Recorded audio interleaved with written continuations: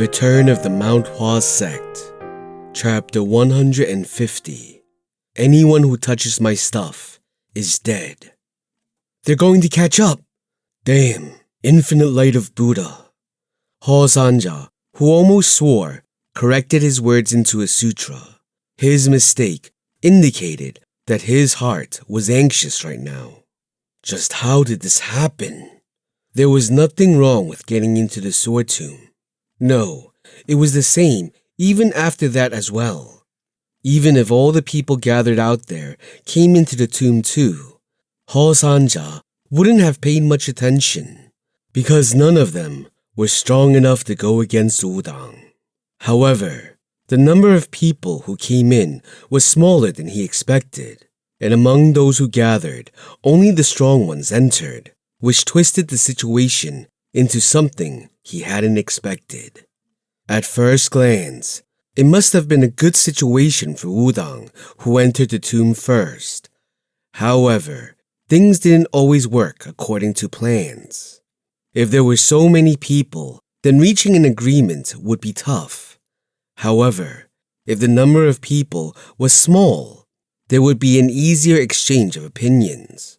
But strong people of a small number were gathered, which in turn made him feel burdened. And now, Wudang was being threatened by the group of people who decided to form a coalition amongst themselves. They must have probably agreed to stop the Wudang sect first, and then they would destroy their alliance. There was an urgency in the voice of Hua Sanja.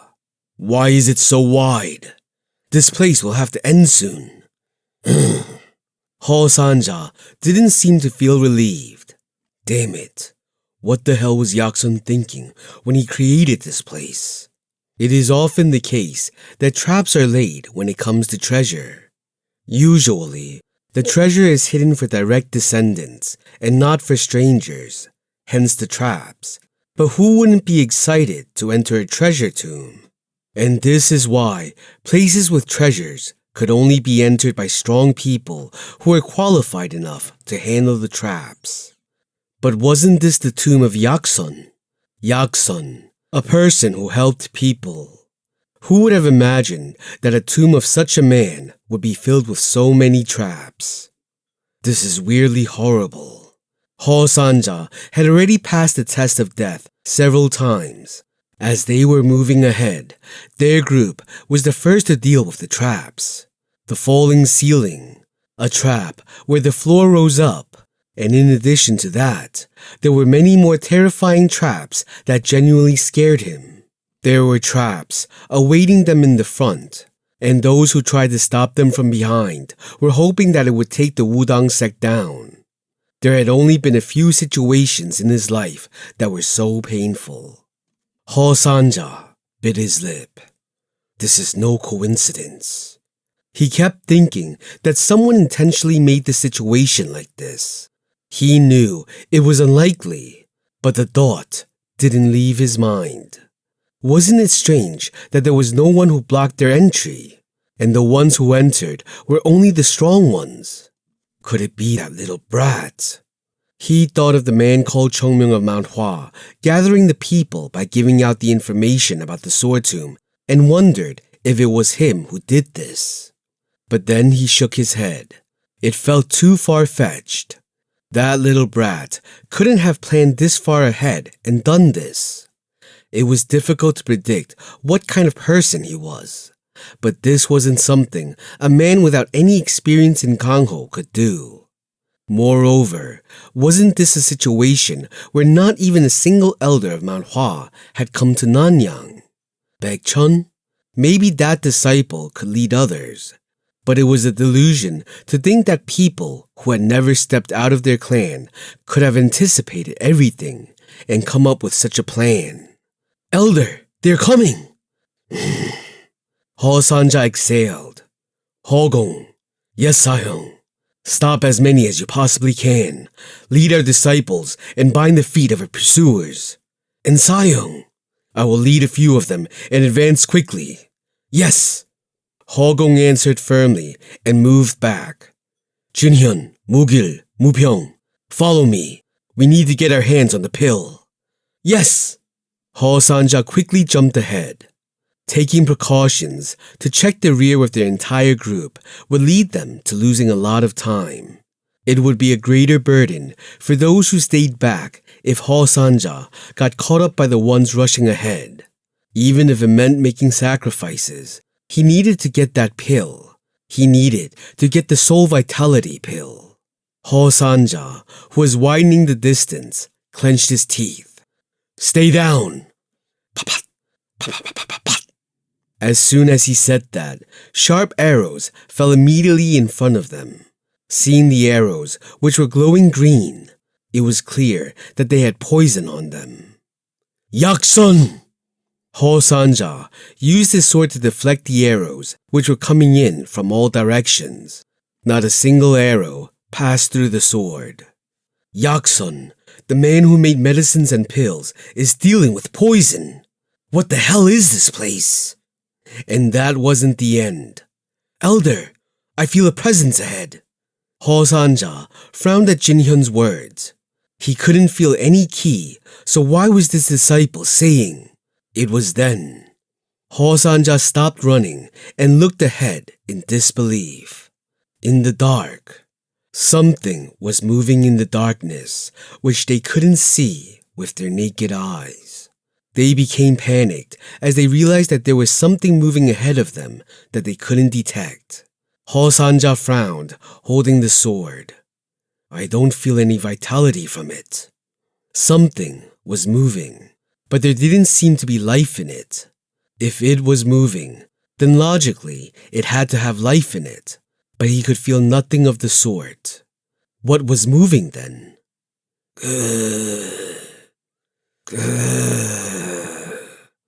Hua Sanja felt the hair on his body stand up at the strange sound which came from the darkness. Eventually, when the confirmed presence moved, he had no choice but to swear. "This crazy!" He had never seen something like this with his eyes before. However, it was clear that whatever he was seeing now wasn't alone. Gangshi! A moving, dead body. A corpse that had no life in its eyes and grayish skin was approaching them. Just by looking at it, an instinctive fear rose within them. Hua Sanja cried out in anger and shock. What in the world is this place? But there was no time to be shocked. "Elder, they're coming!" "Damn it!" Hua Sanja grabbed his sword. Whatever was coming, he had to clear it. "They are the dead who cannot rest even after death. Have pity on them and put them to sleep." "Yes, Elder." Hua Sanja bit his lip. What the hell were you thinking, Yaksun? Maybe he misjudged the character of the man. Then, maybe no one will get out of this place alive. Hua Sanja put aside the thoughts in his head and began to recite sutras as he went for the gangshi. It was unfair. Hong Dae-kwang was flustered. What was so wrong about making a mistake? I made a mistake. He had no excuse to make for that. But even if he did make a mistake, I'm the adult here. Huh? What? Chungmyong raised his hand, and Hong Dae-kwang, who flinched, went closer to the wall. Trying to pull out the age card now? If Chungmyong was in the body of the Plum Blossom Sword Saint of the past, then Hong Dae-kwang wouldn't have even stayed alive now. However, strangely, whenever he was hitting someone older in this body, he felt strangely reluctant. And then it ended. But Chungmyong still kept looking at Hong Dae-kwang with an irritated face. My insides are a mess. Hong Dae-kwang looked around with a sad face, not knowing what Chungmyong was feeling. But the only thing he got from other people's gazes was be alert. I knew that man would bring trouble onto us one day. We were completely buried. Thank God we had Mount Hua's divine dragon with us. Oh, thank God. How did our branch leader even get to meet such a nice person? If you want to die, you should do it alone. It was sad. It was even sadder that it wasn't the disciples of Mount Hua cursing him, but the disciple of the Beggars Union. As Hong Dae-kwang thought that, he felt that his eyes and ears were stinging from all the cursing of the people of his own sect. Still, the only comfort was that the room was dark, so they couldn't see the bruises on him. This is why I never liked dealing with beggars. Don't call them beggars. They don't like it. Then let's make them into perfect beggars. Hong Dae-kwang kept silent, knowing that any more words from him would only bring more harm to himself. Anyway, Chungmyong glared at Hong Dae-kwang. It felt like he was thinking of something new to swear. Hong Dae-kwang just twisted his body at that gaze. Baek-chun approached Chungmyong and changed the topic. He was someone who had a sort of leadership figure here. We aren't going to waste time here, right? Phew. Chungmyong exhaled. In his mind, he wanted to grab the man and shake the life out of him, but he couldn't do that now. Do well from now on. Sorry. He looked at Hong Dae-kwang as if he didn't like him anymore and turned around. The Beggars Union of the past wasn't like this. Why do things keep getting worse? Which beggar union was he talking about? Hong Dae-kwang felt like injustice was being done to him, and Baek-chun and Yoon-jung silently approached him and patted him on the shoulder. Don't comfort me. I will start crying. I understand. Hong Dae-kwang shook off the feeling and sighed. But where is this place? Chungmyong looked around. The place they were at was at the end of the hallway, and it was now a spacious stone room. And at the end of this room was another door. Chungmyong looked at it with strange eyes. The gate was firmly closed. There is no sign of people moving in front though. Chungmyong grunted. There was a side road in the middle. Normally, we would have taken that, but the beggar broke the damn ceiling and brought us here. He kept saying beggar this and beggar that. Outside the sword tomb, he was treated like one of the best talents in the world. But now, with this man, he was just a beggar. Then, we went the wrong way? Whether it's wrong or not, the only way to know is to continue and check it out. Chungmyong looked behind and said, Since the way back is blocked anyway. Everyone's faces went stiff at once. Unlike a little while ago, they could climb back up and open the blocked entrance. But now, they would have to dig a whole tunnel inside to get back. So moving ahead seemed to be the better option. I'll go ahead and check, so all of you, stay close and follow me. Okay. If anyone touches anything strange, I'll cut their damn hand off this time. We understand. Chungmyong rolled his eyes and opened the door, and then he tilted his head. What is it? Nothing. It feels fishy in here. Huh? Never mind. Let's keep going in. Carefully, Chungmyong opened the door and walked inside. It was different from the hallway they had just run through. It felt like a natural cave, and not a man-made one like the one before. Like a narrow cave, but... Chungmyong frowned, slightly hurried ahead, and then stopped.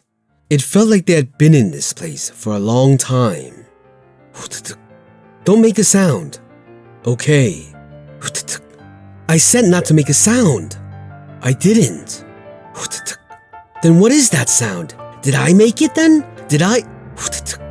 Chungmyong stopped and turned his head up. Huh? No. It was at that moment. Hundreds of small red dots appeared at the same time, as if a bright red paint was suddenly scattered inside the walls of the cave. Huh? This looked seriously messed up.